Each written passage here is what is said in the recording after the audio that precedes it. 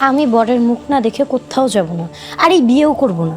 এই যে মিস্টার জাকির, দয়া করে আপনার মুখ থেকে একটু রুমালটা সরান, আপনাকে একটু মন ভরে দেখি। মারে, আমি এই তল্লাটের চেয়ারম্যান, তুই আর কত আমার অপমান করাইবি ক?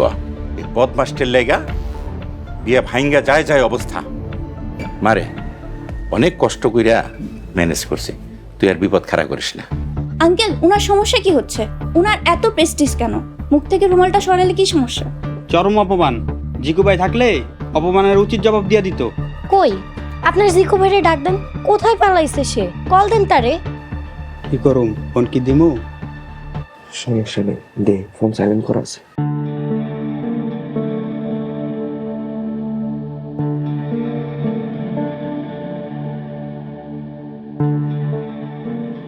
জিকু ভাইয়ের বাপ অসুস্থ, হয়তো হাসপাতাল নিয়ে দৌড়াদৌড়ি করতেছে, এই কারণে ফোনটা ধরল না।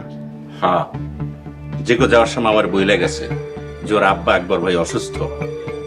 পিঙ্কি, এবার হয়েছে? এবার আমার কথা বিশ্বাস হলো তো তোর? কাজী সাহেব, আপনি বিয়ে পড়ান। বিসমিল্লাহির রহমানির রহিম।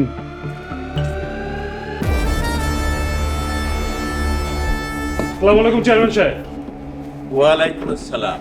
এই অবেলায় আপনার অফিসে? বিয়ের দাওয়াত নিতে আসলাম, সাথে আসামিও ধরে নিয়ে যাব। আসামি এই বাড়িতেই আছে। কিসের আসামি বুঝলাম না তো। আপনারা অনেকেই জানেন না, গতকাল রাতে চেয়ারম্যানের বাড়িতে ডাকাতির চেষ্টা হয়েছিল। নাজমুল ইসলাম নামক এক ভদ্রলোকের সাহসিকতা ডাকাতরা ভয়ে পালিয়ে যায়। আমরা ইনভেস্টিগেশন করে দেখেছি কারা কারা এই ডাকাতির সাথে জড়িত ছিল।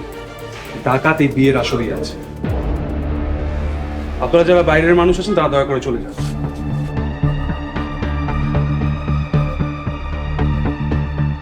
চেয়ারম্যান সাহেব, এই বিষয়টা মনে করে বলছি, গতকাল রাতে আপনার বাইরে ডাকাতি করতে যারা এসেছিল তাদের নাম্বারটা এখন একটু দিচ্ছি। কি ব্যাপার, আপনারা কোথায় যাচ্ছেন? বিয়ে করবেন না? Hold them.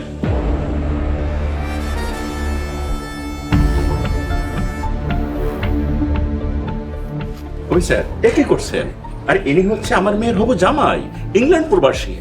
চেয়ারম্যান সাহেব, গতকাল রাতে ডাকাতির সময় ওনার ফোন নাম্বারটা আপনার বাড়িতে অ্যাক্টিভ ছিল। আপনার ফোন নাম্বারটা বের করুন। বাহ, জামাই স্বয়ং ডাকাতি করতে এসেছে, বেশ মজার বিষয়। এ কি জামাই কই? এদি আমাদের জিকু। কি জামাই কই? এই অসভ্য, তুই জামাই সাইজা বই শাসস কেন? আমার জামাই জাকির হোসেন কই? হায় আল্লাহ, এ কি দিকদারির মধ্যে পড়লাম। মাইয়ার বিয়েটা ভেঙে গেল। এই প্রথম রশিদ চেয়ারম্যান বাড়িতে কলঙ্কের দাগ লাগলো। আব্বু, কিসের কলঙ্ক? আমরা তো কিছু করিনি, সব দোষ ও শয়তান জিকোর। এরা তিনজন গতকাল রাতে ডাকাতি করতে এসেছিল। গতকাল রাতে চেয়ারম্যান বাড়িতে এবং চেয়ারম্যান বাড়ির আশেপাশে যত লোকজনের নাম্বার আমরা যাচাই করে দিই। পরবর্তীতে এদের তিনজনের নাম্বার বাড়ির ভিতরে আমরা অ্যাক্টিভ পাই। এদেরকে ডাকাত হিসেবে আমরা শনাক্ত করি। জাহিদ, তুই এটা কি করলি বাবা? তুই তো আমার মান ইজ্জত সব ধুলার সাথে মিশাইয়া দিলি।